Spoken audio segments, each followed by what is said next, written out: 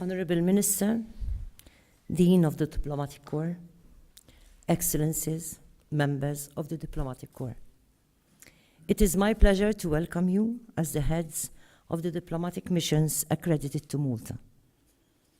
I would like to thank you for your presence at this traditional gathering, which permits us to exchange greetings and good wishes for the new year, which I sincerely hope will be peaceful and prosperous for all humanity.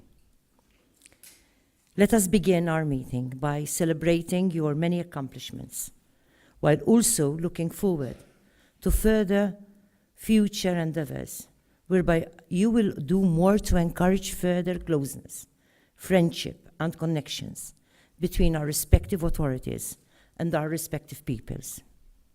Let me also express particular appreciation to the Dean of the Diplomatic Corps, His Excellency Alessandro Del Rico, for his courteous greetings on behalf of the entire Diplomatic Corps. In the course of the past year, relations between the countries you represent and the Republic of Malta have been further consolidated through a variety of initiatives which have resulted in shared benefits for all of our people. Diplomatic relations between Malta and many of your countries have been further improved over the past year through many official exchanges between our respective authorities, including through my outgoing state and official visits to some of your countries, and incoming state and official visits by some heads of state to Malta. Official exchanges between our respective authorities are an important opportunity for dialogue, to further connect and share mutual interests, while also exchange opinions regarding mutual concerns. On the other hand, my outgoing state and official visits, together with the incoming state and official visits, are all an important opportunity, not only for our authorities, but even more so for social and business communities of our respective countries, to befriend one another and to form important sustainable collaborations and partnerships, which subsequently develop into tangible results for the mutual enrichment of our respective peoples. I augur that the year ahead will present additional opportunities for such development in our respective relationship building to ensure that we can grow and prosper together. This spirit of friendship and collaboration was central to the Maltese presidency of the Council of the European Union, which was a highlight for Malta during the first half of 2017. Another highlight in 2017 was the holding, for the very first time, of the 13th meeting of the Marie-Louise Group, which brought together 13 non-executive European heads of state to Malta.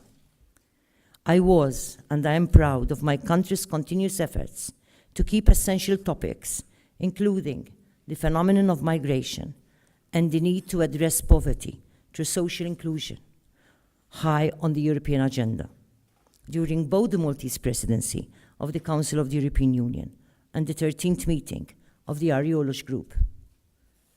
2017 was a positive year for Europe in many ways. A number of populist parties and candidates were defeated in important elections, and the Eurozone economy continued to grow.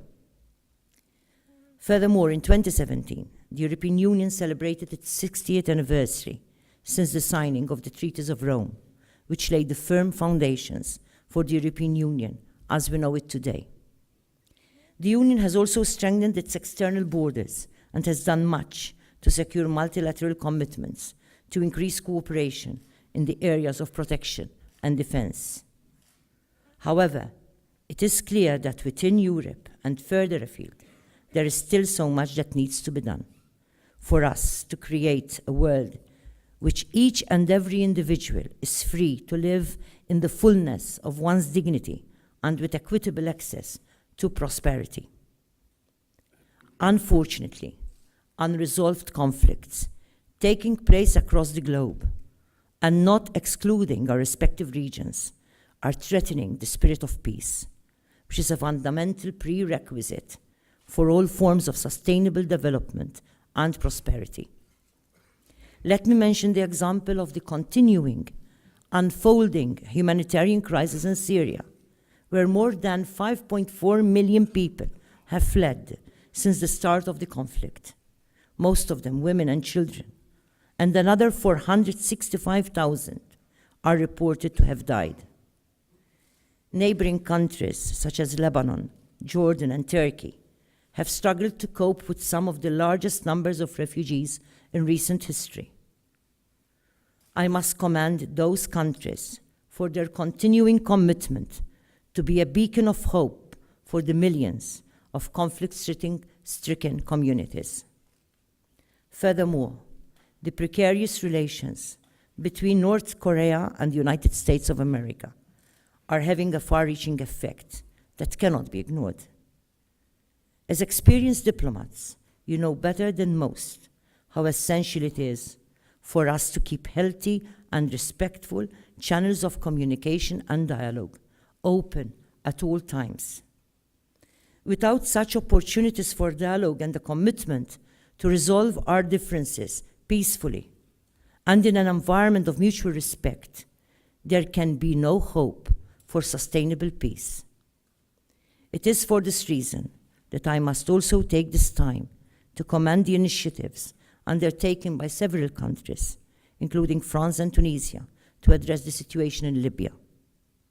By bringing together the diverse stakeholders in Libya around one table and encouraging opportunities for sharing and understanding, such efforts make an important contribution towards resolving the Libyan conflict and restoring the much-needed peace in our Mediterranean region. Let me also highlight the tremendous difficulties taking place in the Eastern Mediterranean as regards the conflict between Israel and Palestine. In this regard, I augur that all countries of goodwill will remain committed to respecting the two-state solution in accordance with the relevant resolutions of the United Nations. I would like to encourage you in your important role as diplomats to continue working together to achieve peaceful solutions to present conflicts, while always respecting the dignity of all the affected communities. It has always been, and I am confident that it shall always be, the mission of my country in the Mediterranean to be a voice for peace and friendship.